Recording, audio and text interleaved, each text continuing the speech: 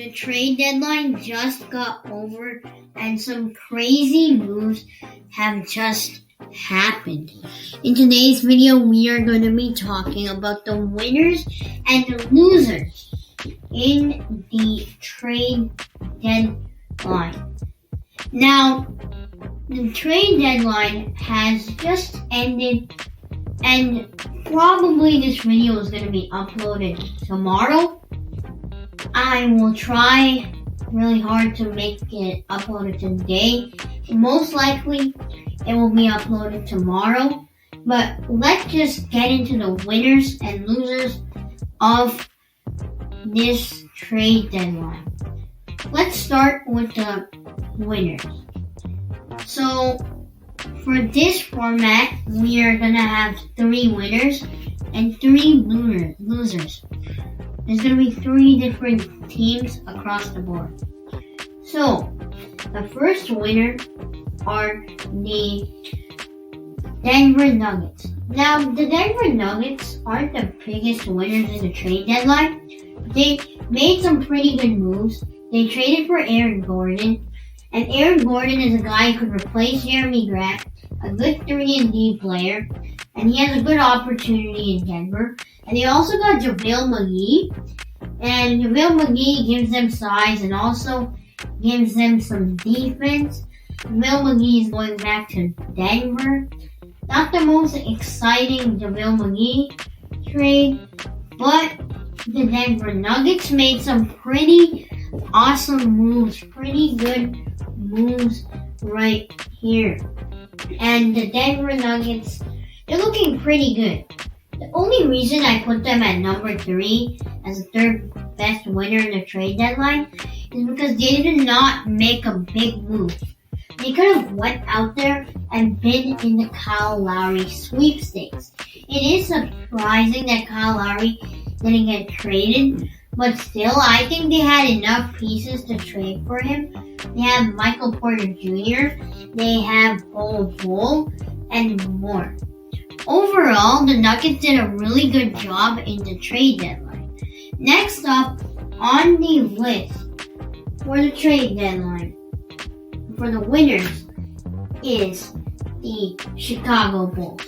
Now, the Chicago Bulls, they're not the best franchise, but people forget that they're one of the best markets in the NBA.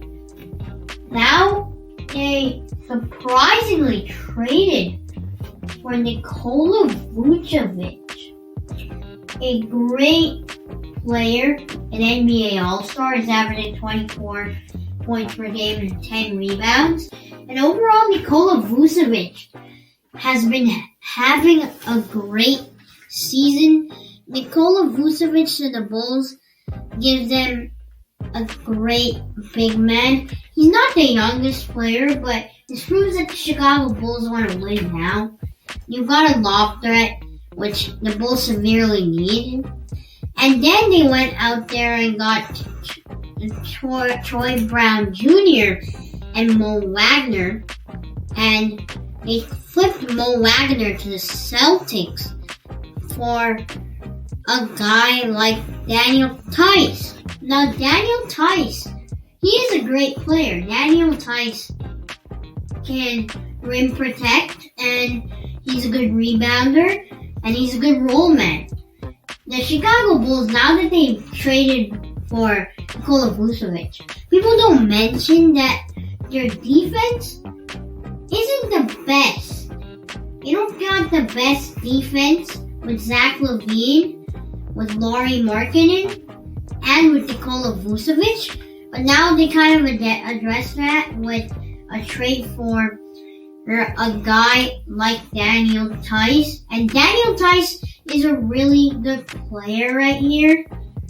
Overall, I think the Bulls did a great job in the trade deadline. And I never expected anything to happen like this. Now, number 1 is the Miami Heat. I just don't believe how they pulled this off.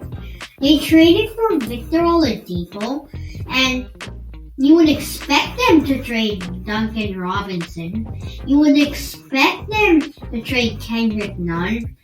You would expect them to trade really, really good pieces, young players to the Houston Rockets. But what did they do? They stole Victor Oladipo. They traded 2 role players, at best, Kelly Olynyk, Avery Bradley, and a pick swap for Victor Oladipo. I mean, the Rockets didn't even get Kendrick Nunn. That is disappointing. That is really disappointing. But Victor Oladipo helps them on the offensive side. He's a good playmaker.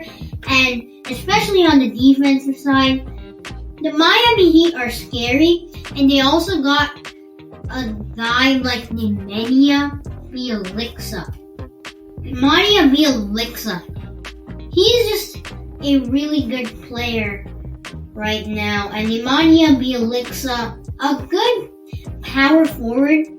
Maybe a little slow on the defensive side of the ball, but the Heat are really good on defense right now.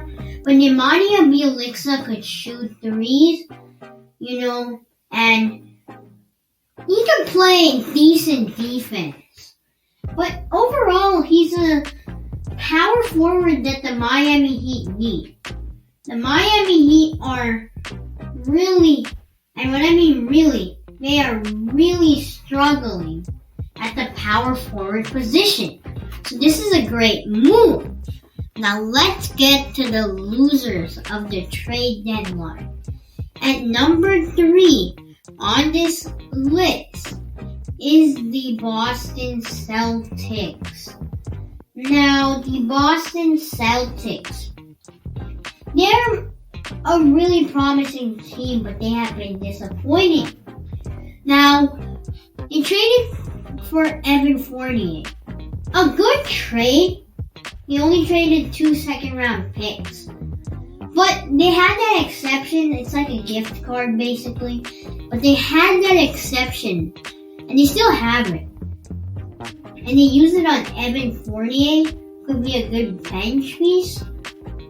But in my opinion, I think they could have used that cap space that they had on like a different deal. Maybe Nikola Vucevic. But if I'm the Celtics, I wouldn't really do that much trades. I would wait till the next season and just trade for a great player right there. And I think more players would be available. And there's even free agency. You never know what the Celtics could get after the season if they didn't make any trade deadline moves. Right now, the Celtics are just not that good. In my opinion, they should have just waited until the offseason. Now, at number 2 on the biggest losers in the NBA trade deadline is the LA Lakers. Now, the LA Lakers didn't trade anyone specifically, but the LA Lakers missed out on different opportunities. Kyle Lowry should be an LA Laker. Kyle Lowry should be an LA Laker. And I really mean that. They were not willing to trade Talen Horton-Tucker for Kyle Lowry. Yes, KCP and Montrezl Harrell is a good package. I'm still not accepting that if I'm the Raptors. Because I want THT. He's a special player. Now look, even though he's a good player, a special player, a good young player, the Lakers need to win now. Not trading for Kyle Lowry because there's a special young player on the team, that's a terrible thing not to do. I mean, they should have traded Talen Horton-Tucker, and they should have Kyle Lowry. I mean, at this point, like the Nets may win in the NBA championship. And the Lakers can't really make any more trades because the trade deadline is over now. Just the worst losers of the trade deadline. It just makes me mad as the Houston Rockets. I like the Houston Rockets. I'm not necessarily a fan. I'm a James Harden fan. I'm a Nets fan. But I like the Houston Rockets. And I follow them. They're my second favorite team, basically. The Houston Rockets. Oh my goodness. You didn't even get Precious Achua. You didn't even get Tyler Hero. Okay, that's fine. Maybe you didn't have to get Tyler Hero, but you didn't even get Kendrick Nunn. You didn't even get Duncan Robinson in the deal for Victor Oladipo. What are you doing? I would just rather keep Victor Oladipo than trading for Kelly Olynyk and Avery Bradley. What? That's just a horrendous trade. You know what this means? The Rockets basically traded James Harden for some role players and 8 picks. Now the picks until 2026, I guess, would be good. I think the picks would be good. I think the picks would be good after 2026. But before that, they're not getting any good picks. Maybe the next big 3 will get old, Or maybe they'll break out a little bit. But they're not getting a high draft pick whatsoever. And overall, man, the Houston Rockets essentially traded James Harden for nothing. Like, why do you even trade Karis LeVert for Victor Oladipo in the first place? He's a great young player. And why do you trade Jarrett Allen for Dante Exum? It makes no sense to me, and I feel really bad for Houston Rockets fans. Overall, it does show James Harden's value, but this is just the biggest L of the trade deadline. Now, I hope you guys enjoyed this video. Please like and subscribe, and peace out, my friends.